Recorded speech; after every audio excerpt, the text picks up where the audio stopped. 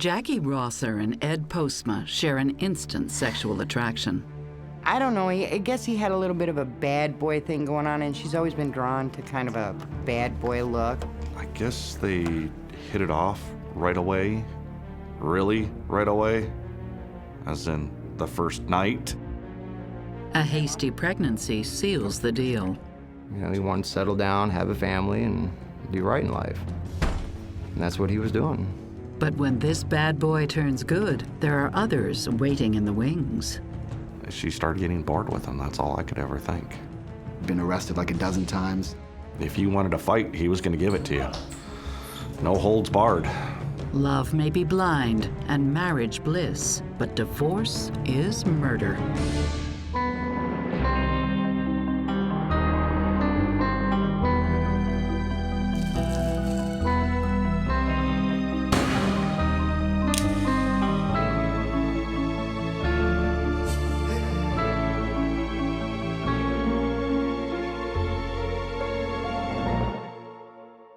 Ed Postma grows up in Tampa, Florida in the 1980s with his father, Ren, and his stepmom, Carla, who steps in after Ed's biological mother leaves him.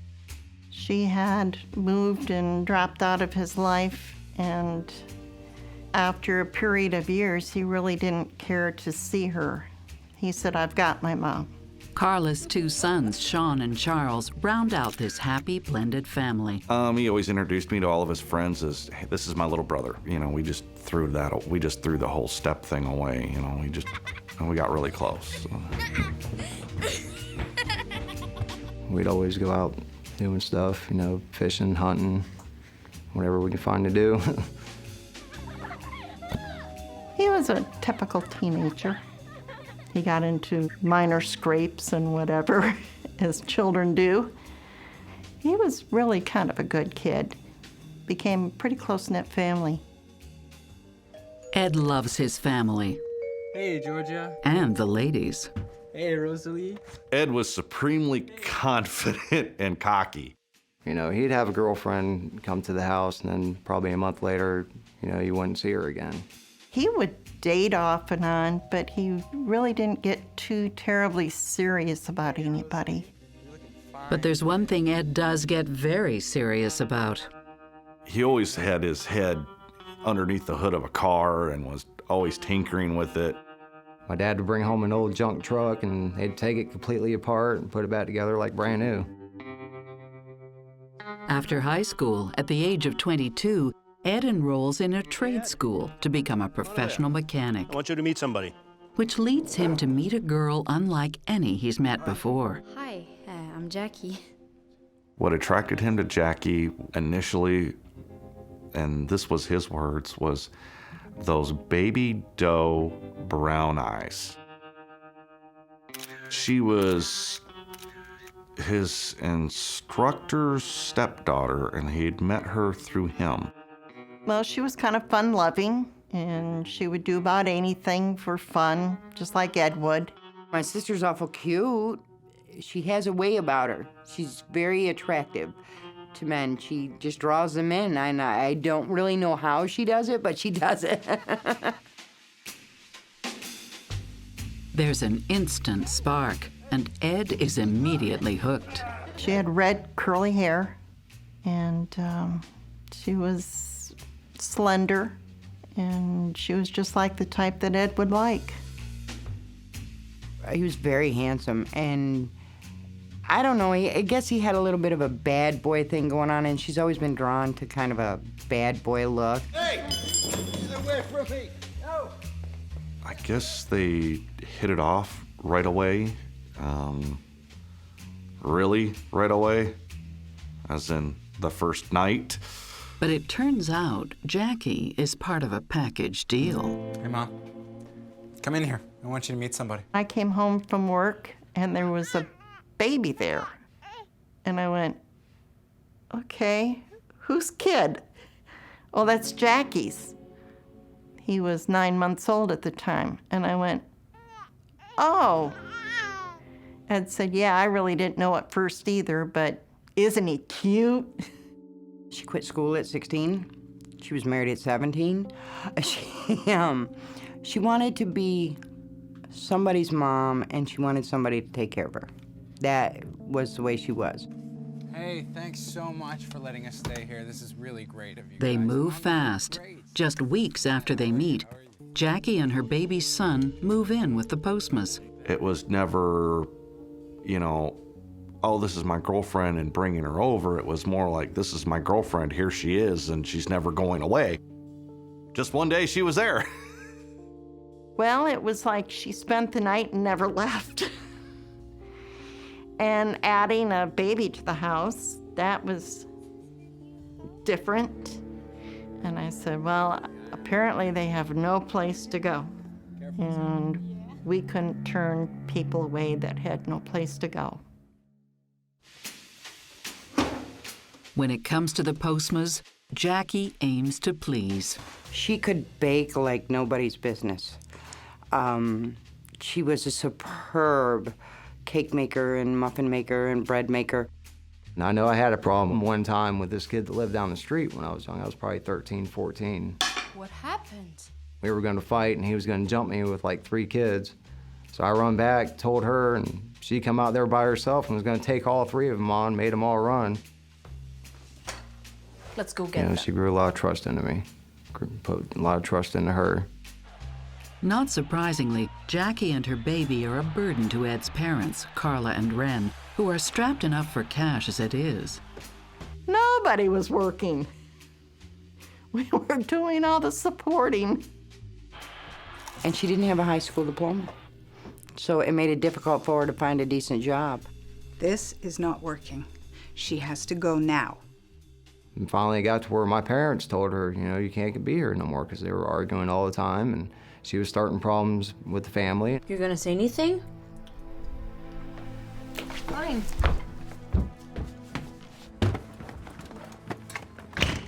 Maybe we're moving too fast. Go to hell. I know they had some rough times the first couple of months they were together, and I know Ed was kind of trying to push her away, you know. Jackie finally agrees to leave, but she doesn't go far. She was living in her car across the street from our house with the baby. This kept leeching on Ed for some reason. She wouldn't go away. You know what? Forget it. That reason soon becomes obvious.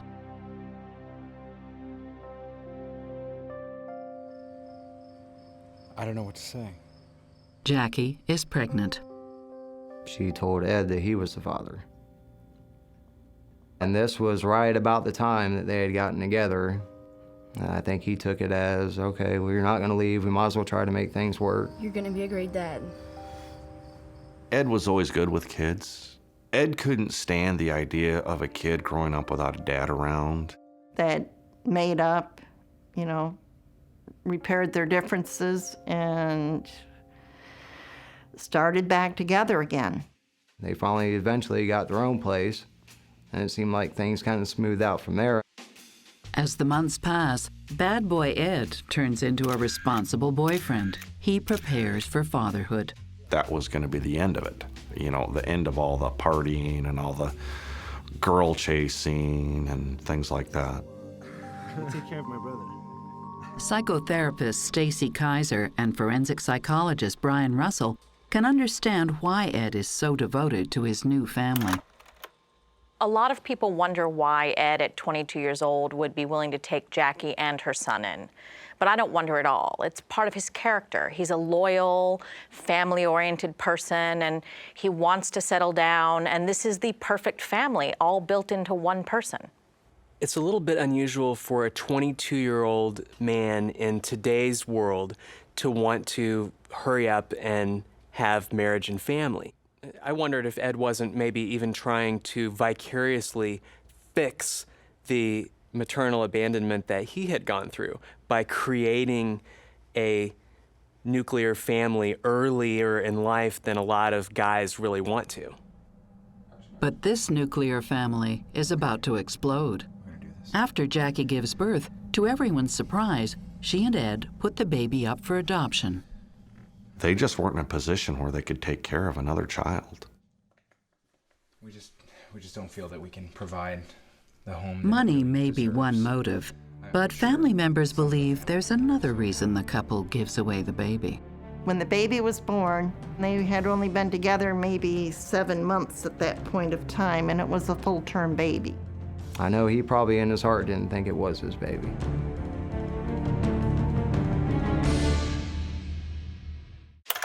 Aspiring mechanic Ed Postma falls for Jackie Rosser, a divorced single mother. Money's tight, and they decide to give their newborn baby up for adoption. Despite this rocky start, they're dedicated to making the marriage work.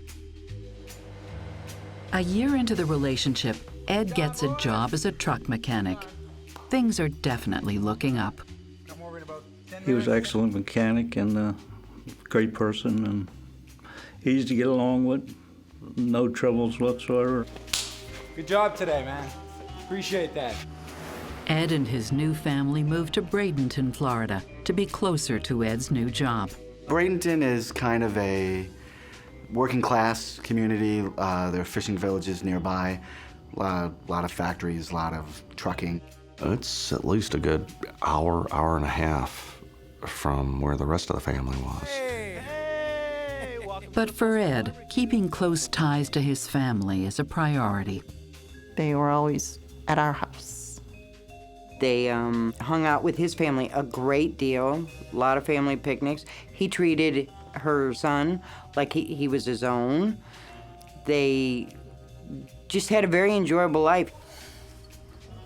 Ed's family is delighted to see Jackie's warmth and affection. She seemed to really, really love Ed. They just had some good times together where they were affectionate a lot. In fact, they can't seem to keep their hands off each other. She would come down there and they would go out there in the car and fool around and do that kind of stuff. And, you know, they weren't descriptive, but, you know, you could kind of put two and two together. Of course, he didn't do this when he was on the clock or anything like that. Hey. Hey, Jackie, can I talk to you for a second? I got something in the mail. It's really confusing. But some suspect that Jackie is hiding something. It's a letter from the hospital, and it says that the baby was full term, but I thought it was... When the baby was born, we counted out the months, and they had only been together maybe 7 months at that point of time. But she kept saying the baby came early. And she kept Ed with that belief. He's wrong. He's probably just wrong. They do mistakes all the time. After 5 years, Ed and Jackie marry in a civil ceremony. Jackie's family is there, but not Ed's. He called us, and he says, "We got married yesterday." We go, "Oh, you did?" I was kind of like, wow. Nice to you to invite me.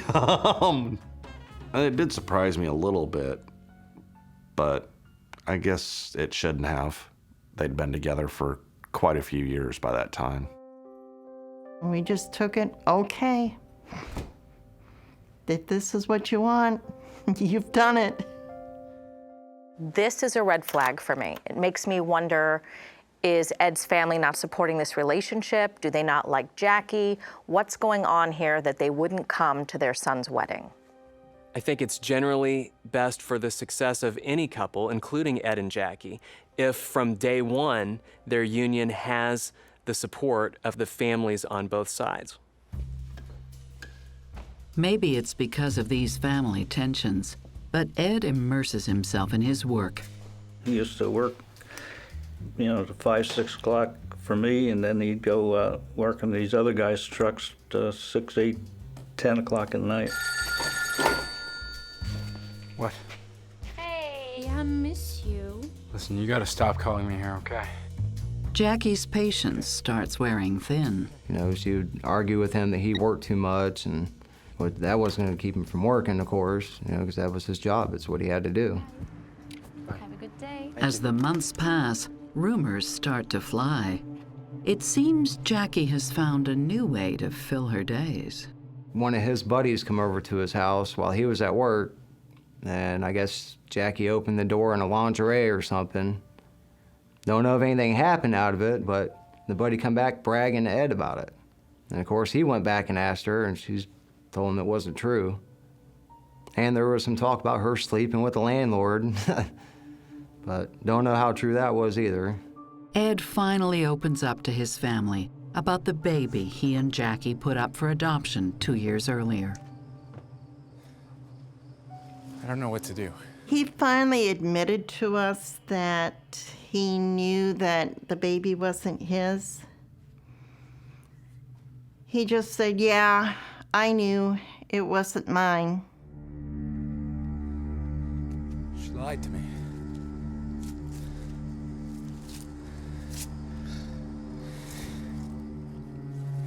I know he probably in his heart didn't think it was his baby. Told me flat out he couldn't trust her no more.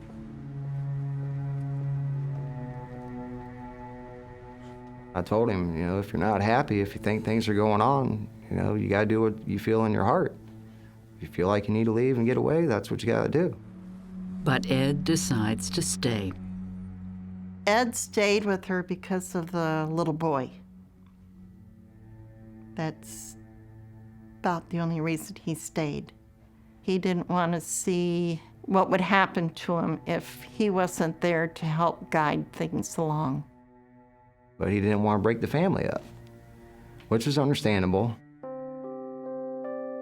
It's very possible that he's truly taken with her and connected to her. It's also possible that his sense of loyalty and family is really coming through here, and that he wants to try and stay and make it work. Obligation between two people can be a powerful bonding force, and it can cause those people to stay together for a significant period of time, but it's not a great foundation for a truly healthy long-term relationship. In 1998, 3 years after the wedding, Ed is given another reason to stay. Jackie's pregnant, again. He was excited. He really was. But lingering doubts will soon resurface. He thought she was out fooling around. Ed had a 2-second temper and would fight at the drop of a hat, anybody's hat.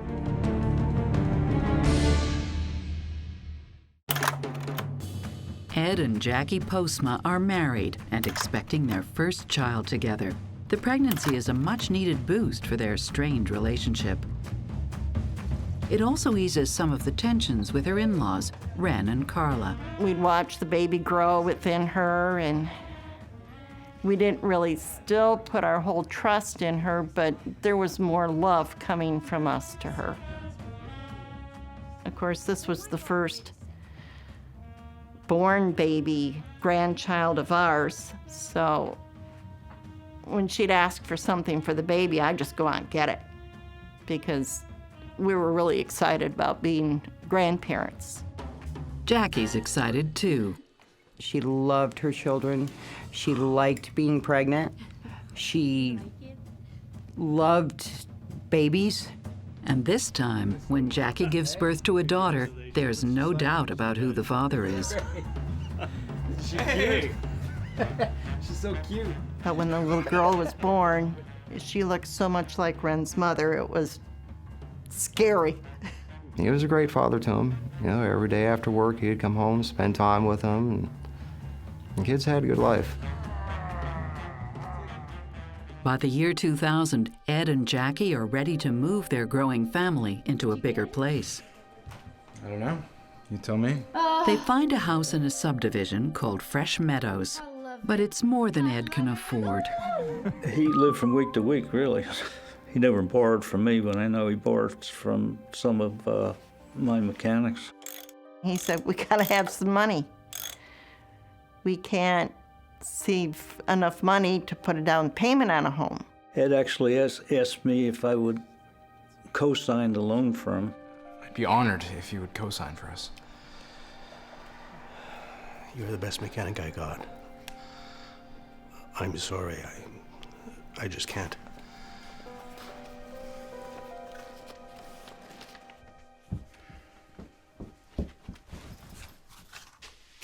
What?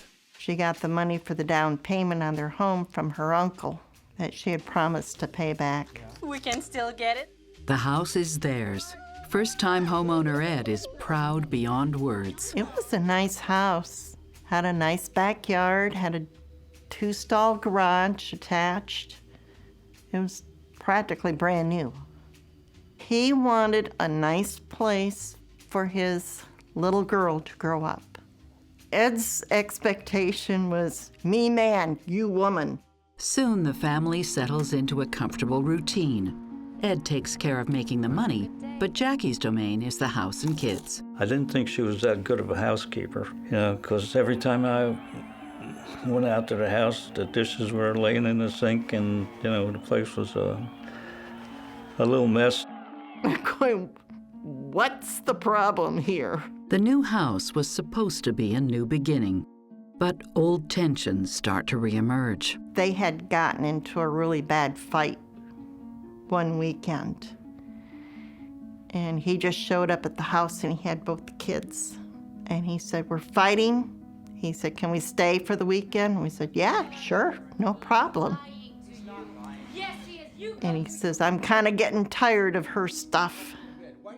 Jackie's also losing patience, frequently. You're crazy. Just if the kids would do the littlest things wrong, she would get mad and yell at them and, spank them sometimes when they shouldn't have been spanked. And when Ed's stepbrother Sean and his family move in temporarily, the strain reaches a fever pitch. There was a lot of tensions in that house. My girlfriend, her kids, me. The house wasn't meant for that many people. Ed, who works 60 hours a week just to make ends meet, doesn't want to talk about it. All right, you give her back the remote. Just moved in here. He's sort of becoming this Superman. He's working a lot of hours, he's got a great home, he's taking care of the children. And so it's a way for him to look at himself and say, despite what's going on with my wife, I still have some things to feel good about.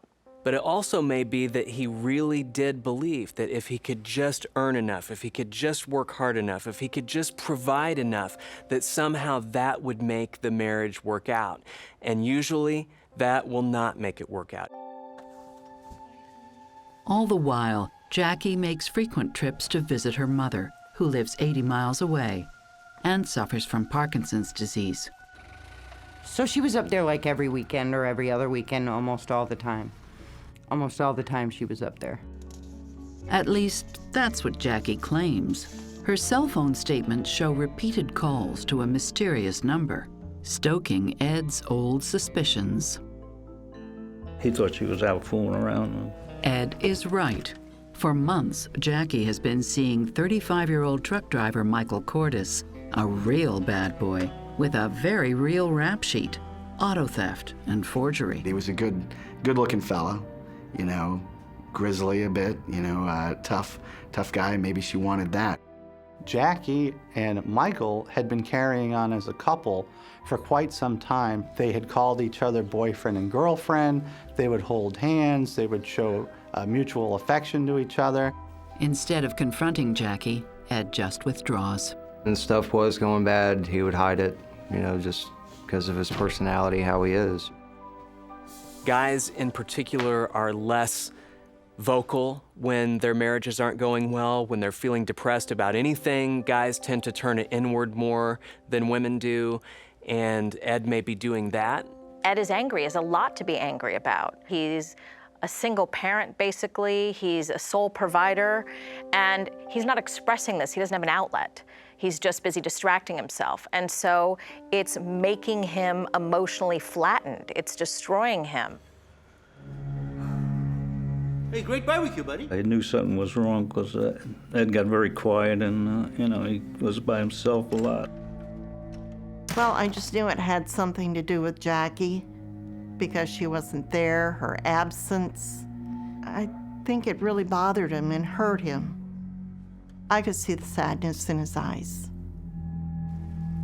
As his anger simmers, Jackie leaves with the children for a couple of days to take care of her ailing mother. Her Parkinson's was starting to get worse and worse and worse, and she had to have surgery, so my sister came up and took care of her. Because she didn't work, the rest of us did. She had freedom to do whatever she wanted. Now Ed is the lonely one. Ed said, I want some quality family time. He goes, Dad, can you stay for a while yet? And he goes, well, yeah. Ed's father and stepmother drive down for a visit and find the house in a shambles. What's going on where's your wife? I went, how could you treat such a beautiful home like this? Days have turned to weeks with no sign of Jackie or the kids. I said, so when's she coming back? He goes, well, her mom's surgery was postponed. And I said, oh, okay. He'd call up there and she wasn't there. So he knew something was going on, I think. Things just didn't add up right. The kid's been out of school for over a month. How can she do that? I don't know. I mean, the kids look. And when we were coming home that night, I just told Ren, I said, something is not right. Something is just terribly, terribly, terribly wrong. Ed waits for Jackie to return on the night of their 5th wedding anniversary, August 18th, 2000. And she had been gone already for 2 weeks, I believe, and she was supposed to be coming home that night. Their anniversary comes and goes, and still no Jackie. I told him to come to the house. I said, you can't spend that night by yourself here. Ed, ever faithful, decides to stay and wait. Jackie never calls. But soon Ed will get a call, and it'll change his life. And I said, what about the kids? What about Jackie and the kids? Are they okay? I heard that scream, and that's something you never want to hear.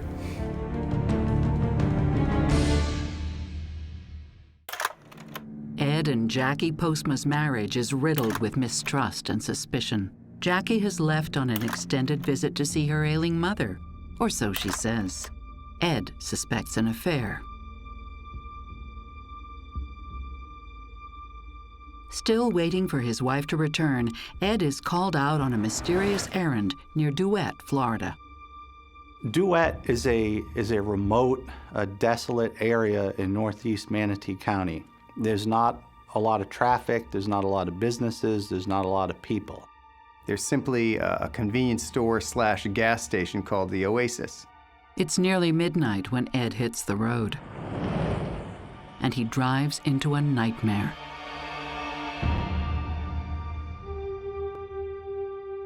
Early the next morning, a woman stops at the Oasis to change her baby's diaper.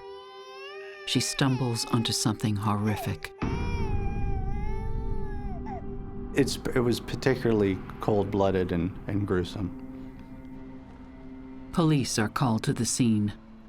They don't know what they have on their hands. Is it a random murder? Is it a robbery? Is it somebody that knows the person? Police came to our house Monday morning and asked if we were the parents that had postponed. And they said, your son's been murdered. Saw my mom and I heard that scream.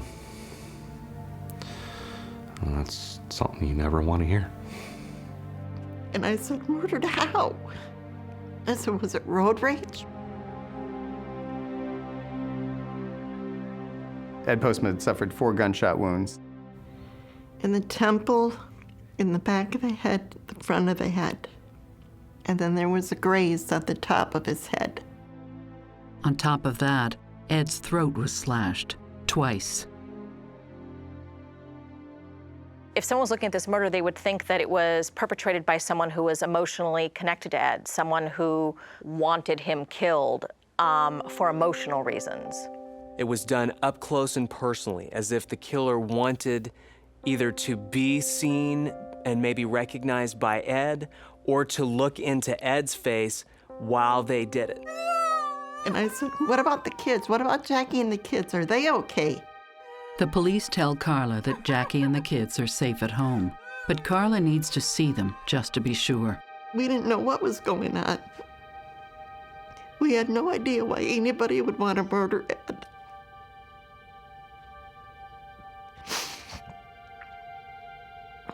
Sweet little guy that he was. I couldn't imagine who would do that. I thought it had to be some kind of robbery or something, you know. Detectives immediately start talking to everyone in Ed's family, starting with Jackie. As a normal procedure, when a spouse is killed, you go to the other spouse. Did he have any enemies? What can you tell us about his lifestyle? What information can you possibly shed on this? She repeatedly said, I can't imagine what Ed was doing out there at that location at that hour. Are you seeing anybody? You're having affairs? No, no, no, no. She denies having an affair and points a finger at someone very close to her husband, Sean McGlamory, Ed's stepbrother. They used to fight a lot. She just said that he and Ed had had problems over the years and that there was some animus between them. She was alluding to the police that that we were in fist fights and rolling on the ground and all that. From what I understand, they never even thought it was serious. Him and I had never thrown a punch in anger, ever at each other. Detectives interview the rest of Ed's entourage, but none of them seem to know anything about why Ed was in Duet that night. Did I send Ed anywhere the night he got killed? I said, no, I didn't talk to him the whole weekend. At that point, they didn't have any suspects initially. A week after he's found at the Oasis gas station, Ed's family lays him to rest. It was a nice funeral. They had a lot of people there, a lot of people, a lot of his friends, a lot of the drivers. I don't think there was a dry eye in the house, you know. Jackie is especially distraught. During the funeral, she cried and sobbed, and she held my hand the whole time. And she was very sick. At the time, we didn't know why she was sick, but she was very sick, and she was very weepy. A week after the funeral, Jackie announces that she's pregnant. We felt very bad for her, knowing that she had a rough life ahead of her, being a widow with 2 children. And we were happy that she was pregnant. And we said, well, maybe it's the son that Ed always wanted of his own. I remember the postmen were going over and mowing the lawn. They were helping her out. Everyone seemed to be, going over there, consoling her. I'd say, have you been out of the house? No. Okay, let's go to the store. Just spend some time, get away from the house a little bit, get your mind off from things, because we were trying to comfort her as much as we could. With another child on the way and desperate for money, Jackie asks Ed's boss about their $50,000 employee life insurance policy. She called there just about every day, wanted to know how soon she could collect his insurance. While the claim is being processed, the company sets up a fund to help the grieving widow. Drivers used to come and put money in there, $20 bills, $100 bills, and truck drivers ain't rich people, or when they see somebody in trouble, they like to help out, and they're very good about it. She went around 2 or 3 times a week and emptied out the jars. Jackie takes to the streets and distributes ribbons in memory of Ed. Her message is clear. She wouldn't rest until his murder was solved. 5 weeks after the murder, detectives call Jackie down to the station for another round of questioning. To her surprise, they've learned a thing or two since the murder. Fairly early on in the investigation, it became known that Jackie was involved in an extramarital affair with Michael Cortez. By now, Jackie's affair with Michael has been going on for about a year. Mike was a lifelong criminal, petty theft here, passing bad checks, stealing cars from girlfriends. Not exactly, your model citizen. When confronted by the evidence that the police already knew and that at that point it was better tactically for her to acknowledge the obvious than to continue to deny it. I guess. After several grueling hours, Jackie finally admits to the affair. And that's not all. Hello? What? Oh, slow down. I'm broken down out here in Duet. I'm at the Oasis. And being the good husband that he was, unsuspectingly, he drove out there to help her. No, I'll be right there. Under further questioning, she actually admits that, yes, I sent them out there, but it was just to talk to Ed, to scare him, to let him know that I'm seeing Michael and that we're going to move forward in that direction. Calm down. What are you doing up there? Okay. Mike was supposed to tell Ed this and then beat him up to make sure that Ed got the message. But when Ed arrives, Jackie is nowhere in sight. Jackie! Testimony was that instead, he's confronted by Michael Cortez with a gun pointed at him. At that point, he realizes what's going on. Ed charged Cords, yelled, "You dumb son of a b," and went after him. That was Ed. I mean, if you wanted to fight, he was going to give it to you. No holds barred. According to Jackie, Michael took their plan one step too You don't far. have to do this. And at that point, Michael Cortez shoots him 4 times in the head. He falls to the ground.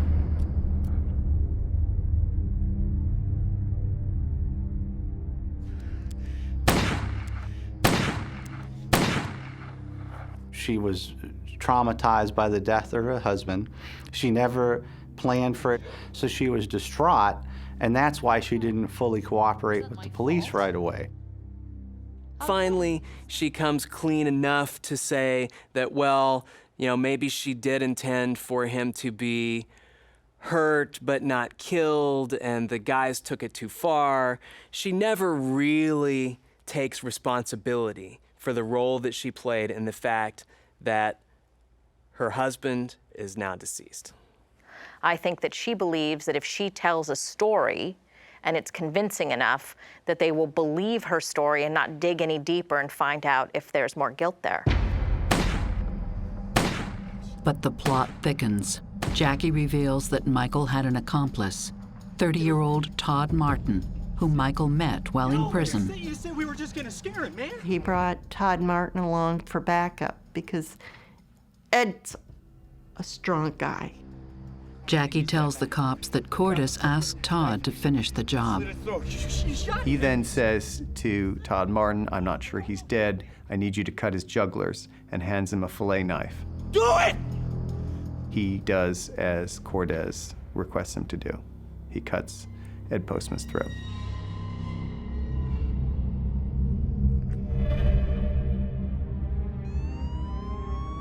Police arrest Cordes and Martin the same day that Jackie confesses. They're charged with Ed's murder and booked into the Manatee County Jail. With no evidence of her involvement in the murder, Jackie is free to go.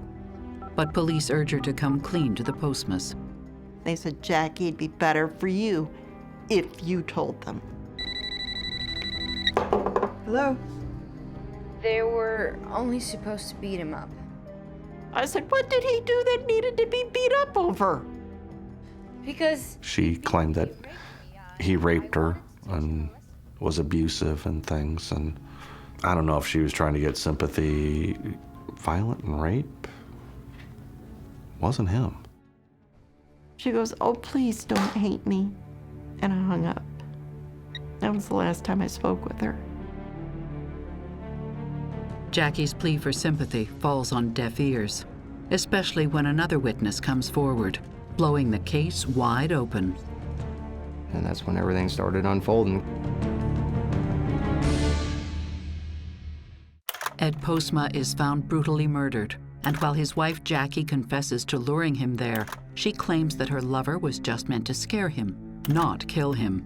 But an accomplice to the crime is about to come forward to explain what really happened that fateful night. I cut his throat like he was already... Todd Martin admits that he and Michael Cordes drove to Winter Haven to meet Jackie on the night of Ed's murder. The plan, according to Todd, was to have Ed beaten up. Jackie told this story about how abusive Ed Postma supposedly was to her. But when Ed arrived in Duet and Michael shot him, all bets were off. Todd explains why he was the one to cut Ed's jugular and finish him off. He feared for his life. I'd fear for my life, too, if some, lifelong felon had just shot someone and told me to slit someone's neck. But after the killing, Todd realizes he's been duped. He now believes that Michael Cordes and Jackie Postma planned to kill Ed from the very beginning. Well, the testimony out of Todd Martin was that Michael Cordes wanted Todd Martin to have a hand in it and to have his hands dirty, so to speak, to be part of it. Meanwhile, Michael Cordes continues to proclaim his innocence. He acknowledged the affair. He acknowledged having gone to Winter Haven in his truck. Yes, we went out there. I went out there with Todd Martin. I passed out in my truck. Whatever happened, Todd Martin did. And the only witness to contradict that was Todd Martin. And Jackie? Her story is about to fall apart. Two of her friends contact the cops and say she came to them with a killer proposition. She had tried to hire some other people to murder him. Instead of her and her boyfriend doing it themselves, they tried to hire someone. Let's go to plan B. But the would-be killers turn her down. When the other people found out Ed was murdered, they went to the police and said, hey, this lady tried to hire us to have him murdered. And that's when everything started unfolding. Police arrest Jackie. The charge, first-degree murder. The Postmas are shocked. Never would I have thought that she had it in her to do that. Never in my wildest dreams would I have thought that she would have the coldness in her heart to have been murdered. Jackie's motive is one of the oldest in the book. There was a life insurance policy that she stood to benefit from. A divorce wouldn't do that for her. A death would, unfortunately. Jackie's claims that she was abused by Ed are quickly dismissed. We found nothing to substantiate those allegations. She hadn't complained about it to anybody. She hadn't confided in anybody about it. There were no signs of it. There were no reports of it. It was totally contradicted by the evidence. While in prison awaiting trial, Jackie gives birth to a baby boy. Her sister Lori takes custody of the baby, as well as the other children. I got down there when he was 8 or 9 days old. We waited for the airline regulation of 15 days old, they have to be, and I brought him home. If DNA testing reveals the baby is Michael Cortis's, it gives Jackie an additional motive to want Ed out of the picture. So that may have been another impetus to her to have her husband killed before he started seeing signs of a pregnancy. She goes, in my heart, I know it's Ed's. I said, well, if you were with this guy, how do you know? How do you know for sure? It was a coin toss. I could never tell which way or the other. DNA tests prove that Jackie's baby is in fact Ed's, not Michael's. For the Postmas, the news is bittersweet. He'll never be able to feel his hair, look in his eyes, feel his hands, and be able to tell him how much he loves him. His son is never going to know. That's really hard. 10 months after the murder, Todd Martin pleads guilty to being an accessory to murder. He gets 12 years in exchange for testifying against Jackie and Michael. Separate trials for Jackie and Michael begin later that July. The police had a flurry of phone calls between her and Michael Cortez before the murder and immediately after the murder. Back and forth, back and forth, back and forth. For Jackie, the most damning evidence is her ill-fated attempt to get two outsiders to do the job first. The woman asked like 2 people like a couple weeks before to have the man killed. I mean, she's not winning awards for Criminal of the Year. At least, wait a while and don't ask friends. Almost a year to the day after Ed's slaying, Jackie Postma is convicted of second-degree murder. It carries with it a maximum of life in prison, and that's what she got. I should hope she'd repent. I really do. I think she's the most disgusting, vile thing on earth. Because the gun was never found, the jury just can't prove Michael's guilt beyond a reasonable doubt. Cortis gets 7 years for violating his parole on an unrelated charge. And we just sat there. I don't even remember the jury leaving. I don't remember the judge leaving. I don't remember Cord's family leaving. I don't remember anybody leaving. We were just sitting there. Or a greater man would probably say they could live with it. I guess I'm not that great. With Michael, it dumbfounded me. But it doesn't surprise me, things happen in court systems. As a therapist and a mother, this story makes me very angry because there are a lot of women in this world who would kill to have kids, would kill to have a great man, and she destroyed all of the goodness that had been given to her. As much as I believe in our system of justice, the fact that Michael is not paying for Ed's murder makes me very angry. It's inconceivable to me that Todd, acting on his own, decided to go out and kill Ed, even if Jackie promised him money to do it. The only connection between Todd and the Postmas was through Michael. So it's inconceivable to me that Michael was not involved in the conspiracy. Ed's family is still picking up the pieces. I miss him bad. Miss him real bad. Don't know why anything could have happened to such a good guy like him. We just never had a chance to get alone where I could grab him and talk to him, to ourselves and go, hey, what's really going on, Ed? I never got a chance to do that.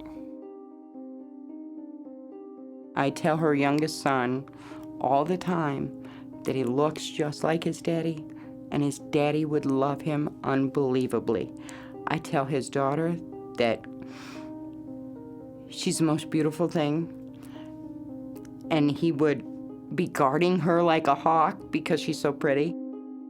To Carla, it's a life left unfulfilled. When they were rebuilding motorcycles, when Ren was rebuilding his and Ed was rebuilding his, the game plan was that they were both going to get the bikes up and running, and we were going to go down to the Florida Keys and go camping together. That was the goal. The bikes never got finished.